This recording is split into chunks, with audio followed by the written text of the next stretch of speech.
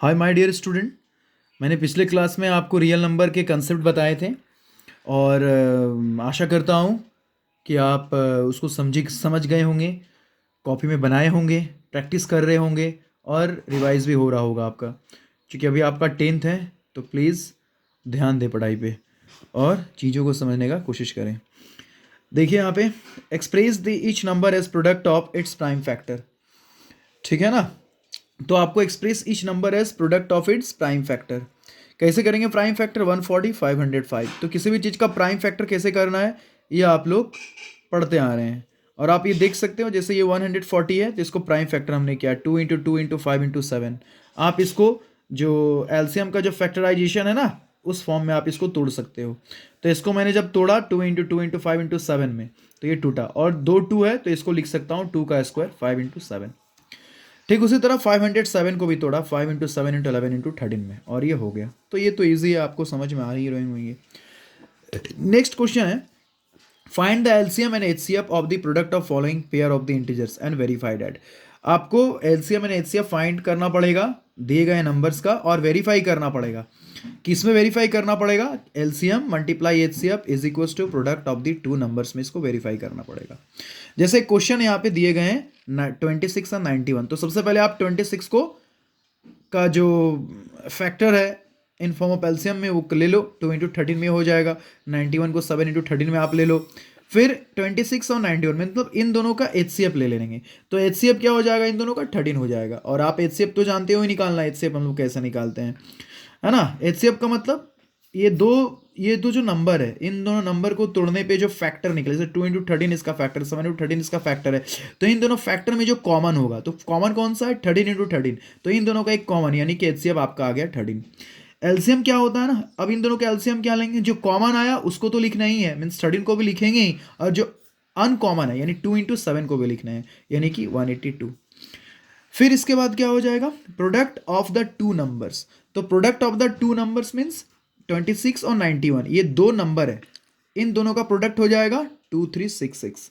और HCF into LCM, तो HCF मैंने 13 निकाला है और एलसीएम 182 दिया हुआ है। तो इन दोनों का भी मल्टीप्लाई 2366, आप देख सकते हैं ये दोनों इक्वल हो गया 2366 2366। तो इसका मतलब ये इसमें सेटिस्फाई हो गया, product of two number is equals to HCF into LCM. Okay, चलिए नेक्स्ट।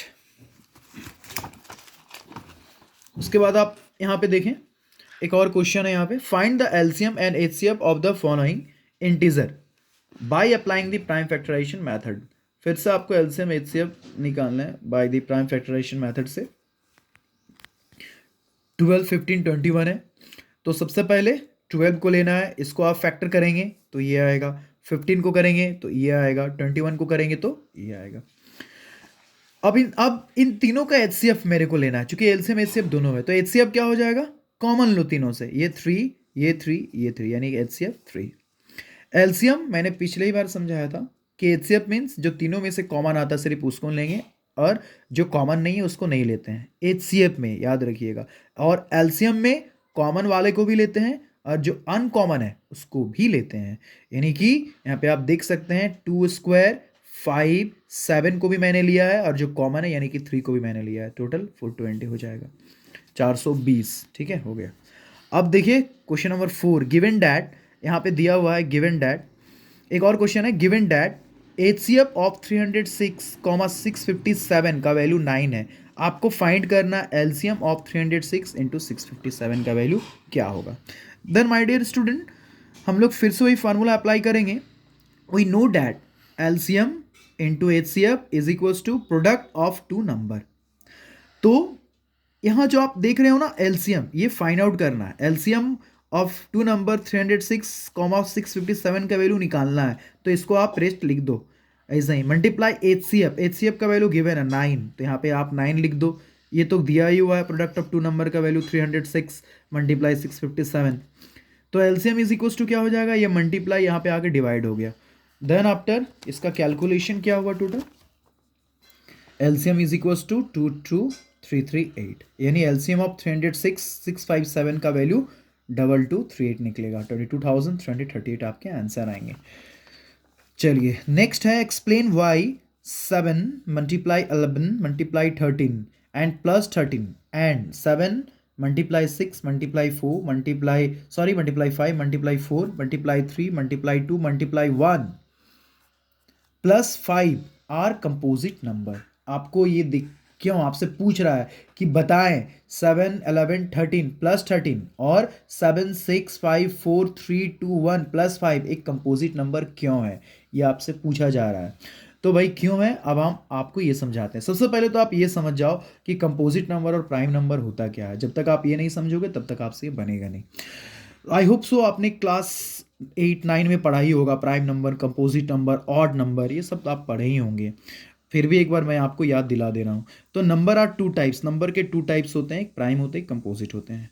प्राइम क्या होता है, a prime number can be divided by one.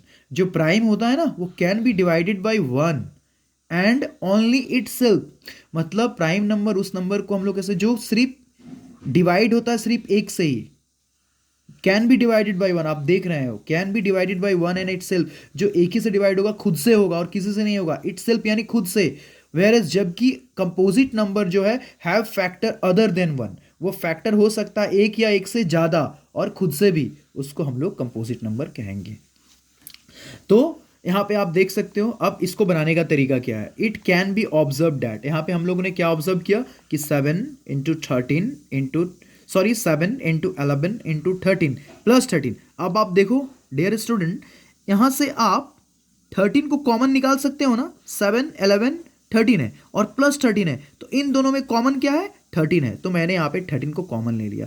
तो जब इन दोनों में से 13 कॉमन आएगा तो ब्रैकेट में क्या बचेगा, 7 बचेगा, 11 बचेगा, और चूंकि यहाँ से 13 कॉमन आ गया तो अंदर में 1 बच जाएगा। जस्ट इसको कॉमन लेना कहते हैं। कॉमन लेना तो आप लोग सब सीख ही लिए होगे कि कॉमन कैसे लेते हैं। जैसे 7 है इंटू 11 है इंटू 13 है और प्लस 13 है। तो इस देखिए इस ये जो मल्टीप्लाई का जो सिस्टम है, यहाँ भी 13 है और प्लस के बाद एक 13 है, तो इन दोनों में से मेरा 13 कॉमन आ गया।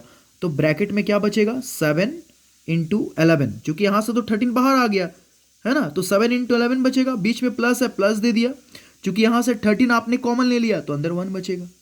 ठीक है, अब यहाँ 13 का 13 हो गया, ये मल्टीप्लाई, ये ब्रैकेट दिया।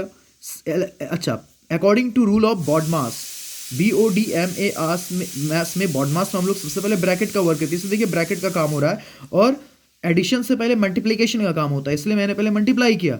7 इंटू 11 77 प्लस 1, तो 13 77 प्लस 1 78 हो गए। तो इसके बाद क्या हो गया, ये देखिए 13। अब आप 78 को क्या लिख सकते हो, आप 78 को लिख सकते हो 13 इंटू 6। Did you understand. तो इससे क्या प्रूफ होता है, आखिर मैंने 78 को भी क्यों तोड़ा, ये दिखाने के लिए तोड़ा। The given expression then the given expression, यानी ये जो एक्सप्रेशन है 7 11 13 प्लस 13 जो है ना, has 6 and 13 as its factor, यानी इसका जो फैक्टर होगा वो 6 होगा और 13 होगा। आप साफ साफ देखिए 6 and 13 as the factor its, therefore it is a composite number. यानी कि मेरे को ये कहा भी गया था कि एक्सप्लेन वाई 7 11 13 प्लस 13, ऊपर करो, ऊपर करना, एक्सप्लेन वाई 7 11 13 प्लस 13 कंपोजिट क्यों है, ये आपसे पूछा गया था। अब आप नीचे आइए, तो क्यों है, तो यहाँ पे मैंने आपको बता दिया, इसलिए है क्योंकि इसका फैक्टर एक या एक से ज्यादा हो जा रहा है, यहाँ पे है ना। Whereas a composite number have factor other than 1, तो आप देख सकते हो अदर देन 1 यानी 13 इंटू 6, इसका फैक्टर ये होगा 13 और 6 होगा, अदर देन 1 है, एक या एक से ज्यादा है, इसलिए हम लोग इसको एक कंपोजिट नंबर कहेंगे। ठीक इसी लाइन में और एक क्वेश्चन था कि 7 6 5 4 3 2 इंटू 1 प्लस 5 भी एक कंपोजिट है, ये भी सो कीजिए। ओके, तो जिस तरीके से मैंने इसके ऊपर वाला को सॉल्व किया ना, उस तरह इसको भी करेंगे। यहां भी देखिए दोनों में 5 कॉमन है। इस अगर आप इस एक्सप्रेशन में देखोगे जो सारे प्रोडक्ट में यहां भी 5 है, फिर प्लस 5, यानी दोनों में से 5 कॉमन आ गया हमारा। अंदर क्या बचेगा, 7 6 4 3 2 1। इसमें मैंने देखिए 5 नहीं लिखा, क्यों नहीं लिखा 5, क्योंकि 5 आपका बाहर कॉमन आ गया, इसलिए 7 6 4 3 2 1, और प्लस के बाद ये जो 5 है ये भी ऑलरेडी कॉमन का फॉर्म में आपने बाहर लिया, तो अंदर प्लस 1 बचेगा। अब आप 7 6 4 3 2 1 को मल्टीप्लाई करोगे तो 1008 आएगा, और ये प्लस 1 मीन्स 5 इंटू 1009 होगा यहाँ। अब आप यहाँ देख सकते हो कि 1009 कैनॉट बी फैक्टराइज्ड फर्दर। हम लोग अब 109 को फर्दर फैक्टराइज नहीं कर सकते हैं। Therefore the given expression has 5 and 109 as its factor. तो इसका मतलब ये जो पीछे मैंने अभी आपको बताया था ना कि 7 6 5 4 3 2 1 +5 कंपोजिट होगा या नहीं, तो ये भी एक कंपोजिट नंबर है। क्यों कंपोजिट नंबर है? बिकॉज अब आप यहाँ देख सकते हो क्योंकि ये the given expression 5 and 1009 as its factor, ये वन देन अदर, यानी कि एक से ज़्यादा बार में ये टूटा, 2 बार में ये टूट रहा है। जो पीछे एक्सप्रेशन दिया हुआ है 7 5 4 3 2 1 एंड +5, इसका 2 बार फैक्टर हुआ है 5 एंड 1009। चूंकि ये अदर देन 1 के फैक्टर में, यानी कि ये 2 बार में टूट रहा है, तो इसको हम लोग कंपोजिट नंबर कहेंगे। Did you understand? अब आप समझ गए होंगे कि मैं क्या कहना चाह रहा हूँ। इसके बारे रियल नंबर का मैंने कुछ आपको यहाँ पे होमवर्क दिया है घर में करने के लिए, तो प्लीज़ आप ये ज़रूर करें। और ये होमवर्क जो मैंने आपको असाइनमेंट के फॉर्म में तौर पे दिया है, ये पीछे जो मैंने आपको समझाया, ठीक है, उसी से मिलता जुलता है। पीछे जो है एक भी मैंने अलग से नहीं दिया हुआ कि आप लोग कंफ्यूज करोगे या कुछ भी, ऐसा नहीं है। पीछे के एकदम अगर आप लोग उसको समझ गए होगे तो ये सारे क्वेश्चंस आपसे बनेंगे, ठीक है।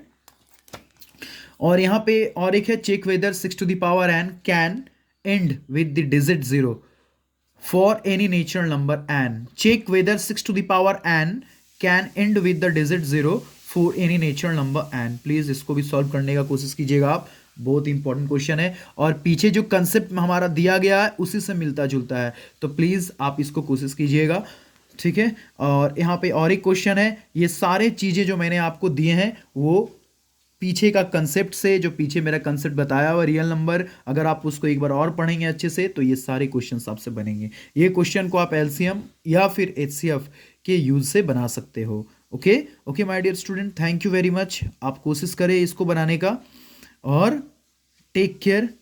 और मैथ को प्रैक्टिस कीजिए, आप जितना अच्छे से मैथ को प्रैक्टिस करेंगे वो आपके कमांड में उतने अच्छे से आएगा। और अगर आप मैथ को प्रैक्टिस नहीं करेंगे तो वो आपसे नाराज़ हो जाएगा। Okay, thank you very much.